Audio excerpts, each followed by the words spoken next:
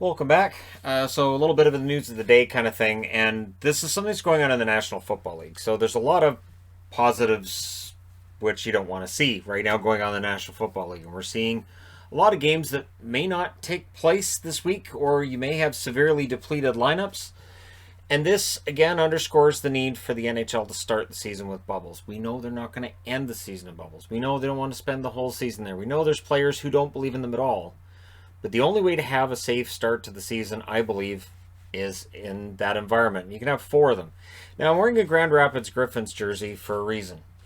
So the AHL is going to be tied to what happens to the NHL this year. You have a lot of players who may not be ready for the NHL. They may need time in the AHL. For players who need to play in the AHL, we need to have an American Hockey League to make that work, right? Or you send them to Europe. Now, if you start with four bubbles in the NHL, do they need to have a bubble environment for the American League as well? And is there a way feasibly, and I'm saying feasibly, to make it so that the AHL and NHL exist in the same bubbles? And I'm asking that as just a question where I don't have the answer, but it might end up being the answer, or does the AHL just make sure that its season is delayed enough that they won't have to worry about it? So and it it depends. There's talks about vaccines being available in the U.S. next week. They'll start shipping them out. Meanwhile, in Canada, the process is slower. There's some complaints about it being slower, and there's talk of this being an issue in Canada well into next year, like past next summer, which has some people not too happy. And again, so for people who say, well, we should just wait till it blows over, we don't know when that's going to happen, and that's something I've said right back to last March, which was we really don't. We have an idea of when it should, but we don't have an idea when it will. And so things on the American side of the border may end up going back to some semblance of normal before in Canada. So, right? So you kind of have to start with bubbles and then just play it from there. And it may just be as simple as we will schedule 2 weeks at a time. So maybe they come out and they tell us, okay, here's our first 2 week schedule, and then 2 weeks, and then 2 weeks, and then 2 weeks. And then once we reach a point where, hey, so things are getting better and they're going to allow fans in the stadiums here, and here, then we can start having games in home arenas. But the idea of 31 home arenas, I think that has to be gone. One of the areas affected by this ongoing numbers going in the wrong direction, San Jose can't play at home. They can't even practice at home now until December 21st. So this whole thing now has to be completely evaluated. And it really should be anyways. This shouldn't be necessarily news to the National Hockey League. This is part of the reason why the return was so delayed during the summer. We'll see if it happens again here. But, fingers crossed. We'll see what happens. Kyle Dubas came out and he's praising Morgan Reilly, and he's not wrong on this one. That when a new coach shows up and says, hey, so I want to give Tyson Barrie the top spot on the power play, Reilly did so without complaint. And you could understand if he would complain, because obviously that's going to negatively impact his totals.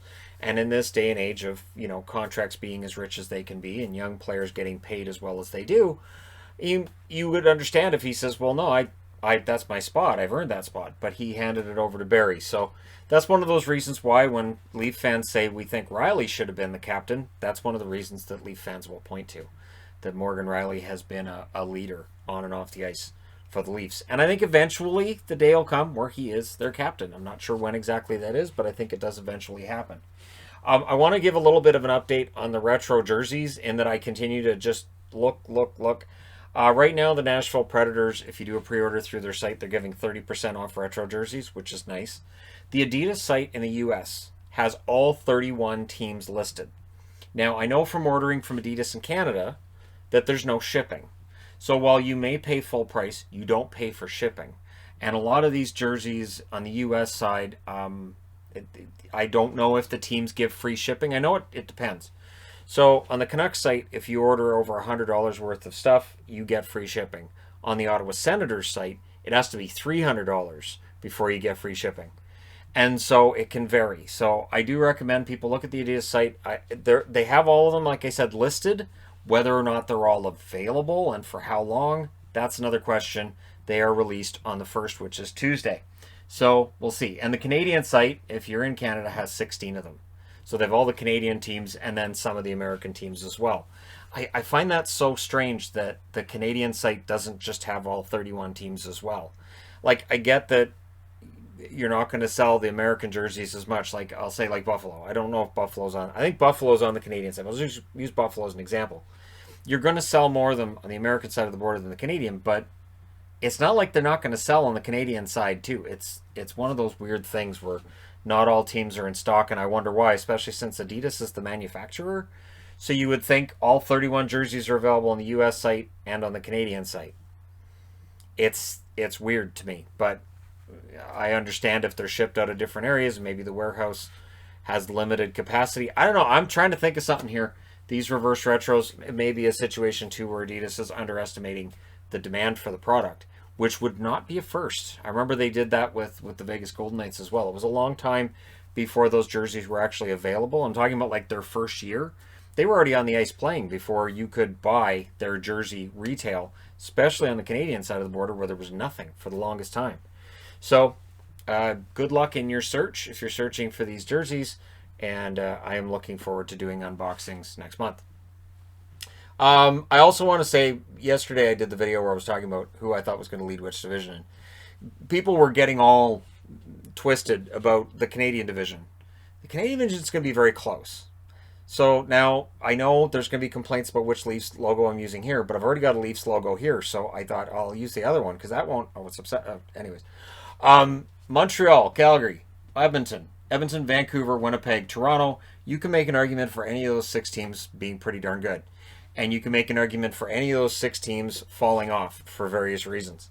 One video I'm going to do soon, may end up doing tomorrow. I'm thinking about even doing it tonight instead of a power rankings, which is all 31 teams and how they succeed, how they fail. So plus and a minus for each team. And I think the Canadian teams, I think it's pretty easy to come up with pluses and negatives for all of them. Which is why if you're a fan of, say, the Canucks, you might say, I think they're going to succeed for these reasons, and they'd seem valid.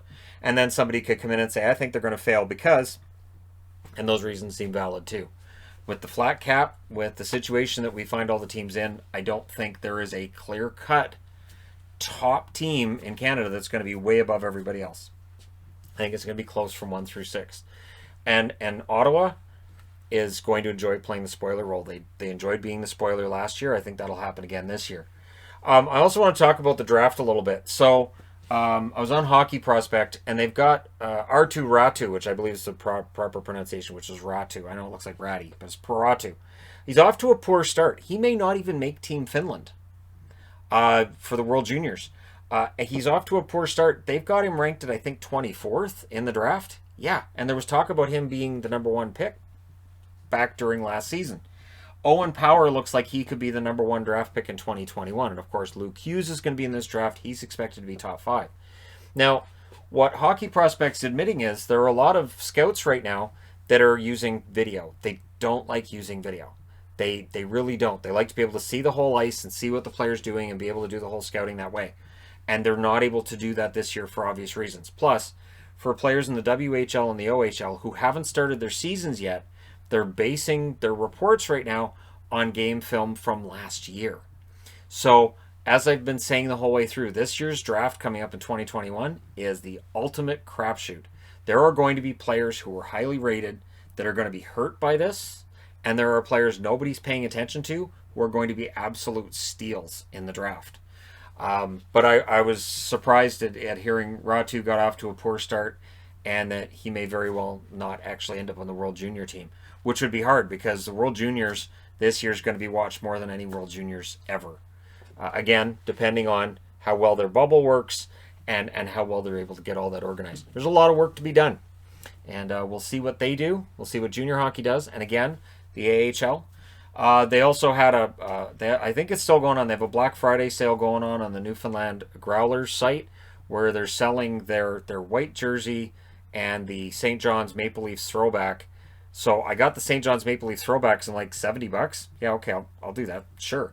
All right, because I've always wanted a St. John's Maple Leafs jersey back to, I think it was in the late 80s they had the St. John's Maple Leafs, right? So and they've got Growlers jerseys for roughly the same price. So and they're sharp. They are really nice jerseys. So I just thought I'd throw that out there.